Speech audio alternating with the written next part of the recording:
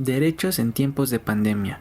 Un documental por Albañil Ortega Yael, Carmona Ferreira Jessica, Márquez Ordóñez Edal y Michelle, Victoria Alvarado Leonardo y Villanueva Carlillo Frac Martín.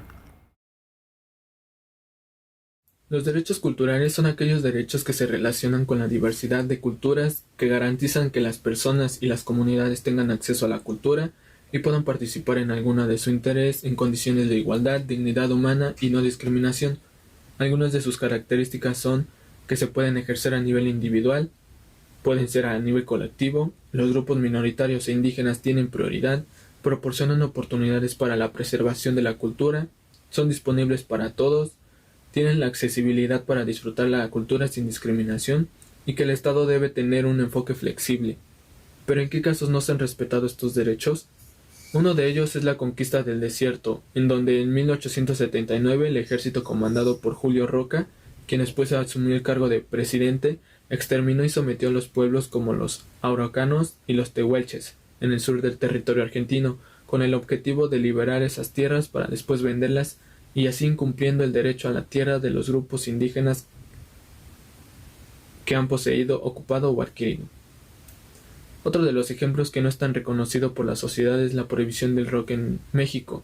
En 1971 se realiza el famoso Festival de Rock y Ruedas de Avándaro, festival que fue catalogado como una orgía hippie debido a que algunos asistentes optaron por desnudarse y consumir marihuana. Pero este no fue lo que molestó al gobierno, sino momentos como cuando el cantante de Peace and Love soltó un chingue a su madre que no cante junto a una mujer que mostraba los senos con la canción We Got the Power, haciendo que Luis Echeverría para 1973 promoviera una iniciativa que prohibía los conciertos de rock en grandes escenarios y clubes, llegando al punto de penalizar estaciones de radio que transmitían rock en español y así convirtiendo al rock en un género callejero que se podía escuchar solo en lugares clandestinos, marcando así la historia cultural de México y omitiendo el derecho a la accesibilidad y libertad de disfrutar la música de nuestra elección. O también puede ser con la prohibición del peyote, que afectó a las prácticas rituales, religiosas y médicas tradicionales de los pueblos indígenas. Y a pesar de que en México se reconoce la composición pluricultural del país, se permite el uso de especies psicotrópicas a la población indígena, pero advirtiendo que si los indígenas durante su peregrinaje se encuentran con alguna autoridad policial, probablemente tendrán que enfrentar al sistema de justicia penal, considerando el peyote en la actualidad como una sustancia psicotrópica sin valor terapéutico y como un problema para la salud pública y faltando al derecho de libertad religiosa.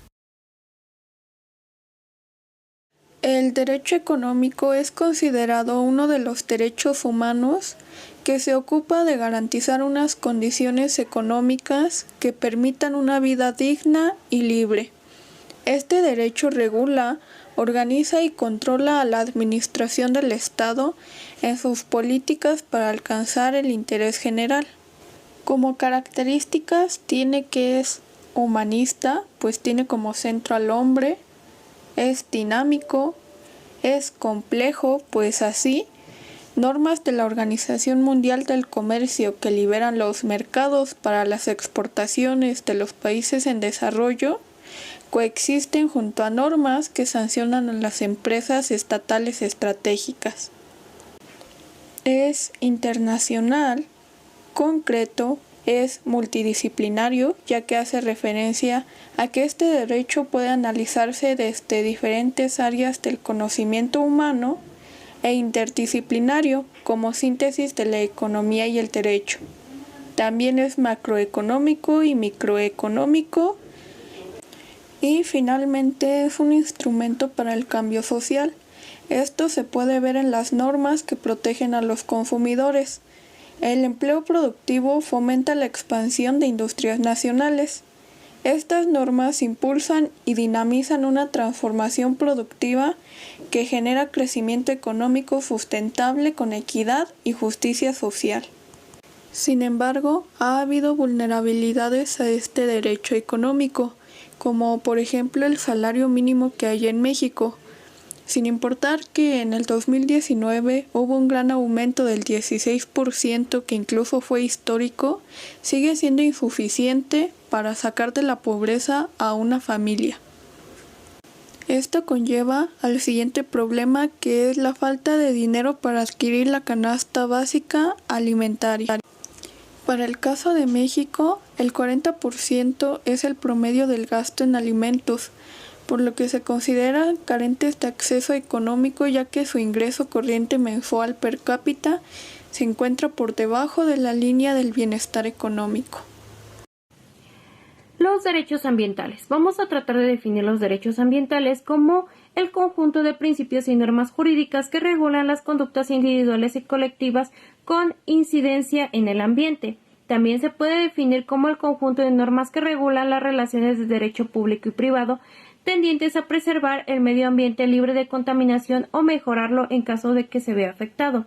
Sus características son el sustratum ecológico, la especialidad singular, el énfasis preventivo, el componente técnico reglado, la vocación redistributiva y las primicias de intereses colectivos. Vamos a ver algunas de las vulnerabilidades que serían la siembra ilegal de coca, y esto es por el riesgo de los pesticidas de manera aérea, para tratar de acabar con la siembra de coca. Estos pesticidas enferman a la población animal y humana. También la explotación de la flora y la fauna en reservas naturales. De 1970 a 2012, la biodiversidad se redujo en promedio un 60% y el comercio ilegal fue uno de los principales motores de pérdida de las especies. De continuar con la tendencia, comenzaría una ola de extinciones. También en América Latina es la región del mundo que cuenta con la más alta disponibilidad per cápita de agua dulce. Pero a medida que la escasez y la contaminación de este recurso varían, las corporaciones transnacionales han mostrado interés en participar en los procesos de privatización. En contrapartida, los campesinos, indígenas y sectores populares urbanos se han opuesto a entregar este recurso a las corporaciones privadas. Hay algunos movimientos sociales antisistémicos. Uno de ellos sería el Viernes por el Futuro, que es una protesta liderada a raíz de la catástrofe forestal de la Amazonia y los bloqueos en frente de las embajadas brasileñas alrededor del mundo. México fue uno de los 1000 manifestantes y con el centro de la capital. La manifestación fue una de las más concluidas de este país. También los derechos de los pueblos indígenas, que es la criminalización cuando inicia, es cuando los dirigentes indígenas y los miembros de sus comunidades manifiestan su oposición a proyectos de gran envergadura en relación con las industrias extractivas, la agroindustria, la infraestructura y las empresas hidroeléctricas y la tala de árboles. Pero la agresión contra los pueblos indígenas se intensifica cuando las corporaciones económicas influyen en las instituciones del Estado y se aseguran de contar con una normativa que proteja las actividades empresariales. Vamos a ver un poquito respecto a los derechos humanos y el COVID. Respecto a los derechos humanos, en todo este espectro que abarca, que es en un conjunto económico, social y cultural, tanto civil como económico, es fundamental para él el éxito de la respuesta de la sanidad pública y la recuperación de la pandemia. Las estrategias de salud pública deben abordar no solo las dimensiones médicas de la pandemia, sino también las consecuencias inmediatas a medio y largo plazo sobre los derechos humanos y las cuestiones de género que pueden tener las medidas adoptadas en el marco de la respuesta sanitaria. Los tratamientos deben ser accesibles para todos, sin discriminación, incluso a los más vulnerables y marginados. A corto y largo plazo, la respuesta de la comunidad internacional deben orientarse por todos los derechos humanos, incluidos los derechos al desarrollo, mediante la cooperación y la solidaridad internacional. El derecho del desarrollo distribuirá a una mejor reconstrucción a través de las políticas nacionales y mundiales del comercio. También veremos sobre la inversión, las finanzas y también mediante un contexto que fomente el desarrollo sostenible. Los derechos sociales. Un derecho social es todo derecho humano contenido en el ordenamiento supremo mexicano, tendente a obtener la igualdad material, un nivel mínimo de seguridad y bienestar físico, psicológico y económico, y respecto del cual se encuentran vinculados jurídicamente tanto el poder público como las personas, mediante un dar, hacer o no hacer. Esto nos da a entender que están alineados con la infinita dignidad del ser humano. La importancia de la integración personal a través de objetivos importantes, así como el acceso al mercado laboral, el derecho a la sanidad o a la educación, así evitando las desigualdades, defendiendo el bien común de los individuos. Esta sociedad vela por el bienestar de las personas que constituyen a esa comunidad para el progreso del grupo general.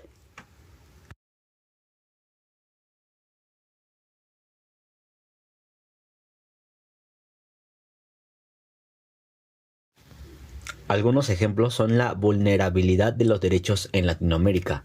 La protección de los derechos humanos sigue sin estar en las prioridades de los mandatarios latinoamericanos. La violencia, la impunidad, los límites a la libertad de expresión y la discriminación de las minorías no solo no se redujeron, sino que se intensificaron en la región. Según el último informe anual sobre la situación de los derechos humanos de Amnistía Internacional, algunos gobiernos como los de Paraguay, Colombia o Puerto Rico recurrieron el año pasado a tácticas represivas, como el uso indebido de fuerza para silenciar a las críticas. La región sufre un aumento alarmante de número de amenazas o ataque contra quienes defienden los derechos humanos o a los periodistas. La impunidad sigue siendo la norma general y el factor clave en los países con más homicidios como Honduras, El Salvador, México, Brasil o Venezuela. La violencia ejercida contra la comunidad LGBTI, mujeres e indígenas continuó agravándose, y la región mantiene la tasa de violencia no conyugal contra las mujeres más alta del mundo. En México, la violencia aumentó en todo el país. La cifra de homicidios, unos 117 diarios, fue la más alta de su historia. Las desapariciones forzosas, tanto como implicación del Estado como perpetradas por agentes no estatales, siguen siendo una práctica habitual, alentando por la impunidad. Las detenciones arbitrarias por la fuerza de seguridad siguen derivando en tortura e incluso ejecuciones extrajudiciales. Derechos fundamentales como la libertad de expresión o de reunión sufren un grave retroceso en Venezuela. Más de 50 emisores de radio fueron clausuradas y al menos 120 personas perdieron la vida en protestas multitudinarias. Los derechos políticos también han sido constantemente vulnerados y la disidencia que no participó en la elección de la Asamblea Constituyente es silenciada y fragmentada desde el gobierno. También se observa la huida por crisis. De acuerdo con Amnistía Internacional, la persecución, ataques y demás violaciones de derechos humanos han generado que en América se haya incrementado a la inmigración y las personas huyen de sus países de origen. Estados Unidos es la nación que más atención tiene para los emigrantes, pese a que sus políticas migratorias vulneran el derecho al libre tránsito y al principio de refugio. Desde octubre del 2018 hasta el primer trimestre del 2019 se generaron más de 3 caravanas hacia Norteamérica y la respuesta fue bloqueo y hasta gases lacrimógenos, lo que generó preocupación por la Comisión Interamericana de Derechos Humanos. Muchos gobiernos tendrán que rápidamente invertir grandes cantidades de fondos en sistemas de salud, la seguridad social y otros servicios críticos. En los últimos años, han habido múltiples ejemplos de corrupción y desvío de fondos en los sectores de salud y seguridad social en las Américas, que han perjudicado la prestación de servicios vitales. Un ejemplo destacado es Honduras, donde el desvío de fondos y la corrupción en el sector de salud ha llevado a miles de muertes. La corrupción no solo debilita las respuestas al COVID-19, corroe el Estado de Derecho y socava la confianza pública en las autoridades. Medidas restrictivas como pretexto para la represión política. Los líderes pueden verse tentados a utilizar medidas restrictivas impuestos por razones de salud pública como una herramienta para reprimir a los opositores políticos. Claramente hay una necesidad de transparencia. Los gobiernos deben proporcionar información clara, coherente y precisa, basada en el mejor conocimiento científico disponible sobre el virus y su propagación. La difusión de la desinformación relacionada con la pandemia es un tema particularmente preocupante. Tales acciones no solamente contradicen los consejos de los expertos de salud, también envían mensajes mixtos y perjudiciales a la población general sobre cómo deben actuar. Todo esto podría empeorar y prolongar la gravedad de la pandemia. La cuarentena y los toques de queda son medidas agresivas pero efectivas para frenar la propagación del virus. Sin embargo, estas respuestas tendrán grandes consecuencias para las economías de los países y de la región en general. Las medidas restrictivas afectan desproporcionadamente a los trabajadores de bajos ingresos y a aquellos y aquellas en los sectores informales de economía. Los gobiernos tendrán que implementar suplementos económicos, seguridad alimentaria y otras medidas de seguridad social para proteger a esta población. En México, las autoridades invitaron a la población a quedarse en casa y lavarse las manos, con el fin de reducir los contagios. Ambas campañas de prevención deberían ser sencillas de cumplir, pues eso solo implica no salir de casa y mantener una higiene constante. Sin embargo, millones de mexicanos no cuentan con servicios básicos en sus hogares. La vivienda ha sido una de las principales medidas contra el coronavirus, y muchos mexicanos no cuentan con una. Por lo tanto, es necesario que las acciones que sigan tomando las autoridades para afrontar la pandemia estén apegadas a la realidad de la sociedad mexicana para que puedan ser aplicadas por todos. No pueden ser ignoradas las condiciones de desigualdad, pues no todos recibieron la pandemia al mismo nivel. Con la llegada de la pandemia, la situación en las cárceles de Latinoamérica se ha hecho brillar por los abusos provocados en contra de los derechos humanos. El brote ya llegó a varios centros penitenciarios sin que estos tuvieran planes para manejar este tipo de emergencias. El 20% de las cárceles no tiene acceso al agua potable regularmente y el 40% de los reclusos duermen amontonados en el suelo. Estas condiciones, junto con la falta de acceso adecuado a la atención médica, han permitido la rápida propagación de COVID-19 en muchas instalaciones. Uno de los hechos más preocupantes sucede en una cárcel colombiana. En el centro penitenciario de Villavicencio, más de 500 reclusos tienen casos confirmados por COVID-19 y esperan su muerte en medio del hacinamiento que llega a más del 90% en esa prisión. Todo esto ha provocado caos y conflictos que han conllevado motines con más de 80 muertos. La vida, la seguridad, la salud, la educación y el trabajo son los derechos vulnerados a cualquier persona sujeta al sistema penitenciario, entre ellos los presos sin condena, aquellos que no han sido legalmente condenados pero que de hecho cumplen una pena, aunque luego alguno de ellos sea absuelto o sobreseída su causa. Sin embargo, a pesar de las protestas dadas y los problemas causados, el gobierno sigue sin tomar cartas sobre el asunto. Una parte importante para considerar durante tiempos de pandemia es la sociología, que muestra la desigualdad por género, edad, etnicidad, clase o el capital, ya sea económico o educativo, enfrentando con lo que teníamos a la salud, el trabajo y la educación, incluso los saludos, doy la mano, un beso o me quedo a 1 metro de distancia. Deberíamos hacerlo, pero con las medidas pertinentes, es decir, usando guantes, careta, gel y cubrebocas, porque aunque lo vemos como un simple saludo, la realidad es que es una forma de sentirnos conectados con la sociedad, además del sentimiento que nos provoca estar con nuestros seres queridos. También consideraremos las nuevas formas familiares que tuvimos que optar por el temor de contagiar a nuestras abuelas y abuelos, la gran importancia de la tecnología, de acercarnos a ellos de forma virtual, pero al mismo tiempo el riesgo que generan las fake news.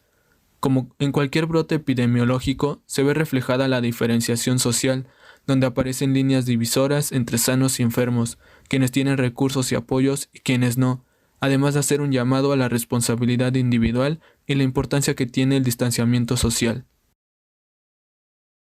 Médicos y enfermeras, ¿por qué los vemos como enemigos? Se ha visto que nosotros, como sociedad, siempre buscamos un culpable en situaciones de incertidumbre. En este caso, la pandemia por el COVID-19, los ataques se llevaron hacia el sector salud, ya que han sido atacados médicos y personal de enfermería, tanto en los centros hospitalarios como en sus domicilios o en la vía pública. Fue más notorio el inicio de la pandemia, pues existían demasiadas dudas en torno al nuevo virus, su vía de transmisión, qué tal era, quiénes estaban en mayor riesgo de contagio, y en ese momento se señalaban al personal de salud como un riesgo de contagio, al ser los que estaban en primer contacto con el COVID-19, por lo que se les negaba el acceso al transporte, se les insultaba e incluso hubo ataques con cloro.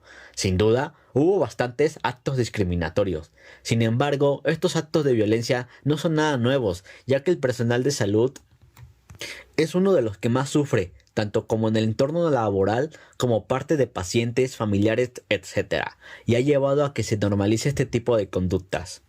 Este problema no solo son un reflejo de lo que sucede en el sistema de salud mexicano, que podemos decir es deficiente, desde la atención a los pacientes que no es la mejor calidad debido a la falta de insumos, personal, equipo médico y una mala administración, agregándole que el sistema se enfrenta a una pandemia, por lo que podemos decir que en nuestro país, ante el miedo de contagio y el riesgo de muerte, se busca un culpable, una persona en concreto. En este caso, el personal de salud, con su uniforme de trabajo, no solo simboliza el sistema de salud, sino también la pandemia, la virulencia, todos los cambios económicos y sociales que se realizaron, siendo así los candidatos perfectos para culpabilizar y señalarlos como enemigo y peligro.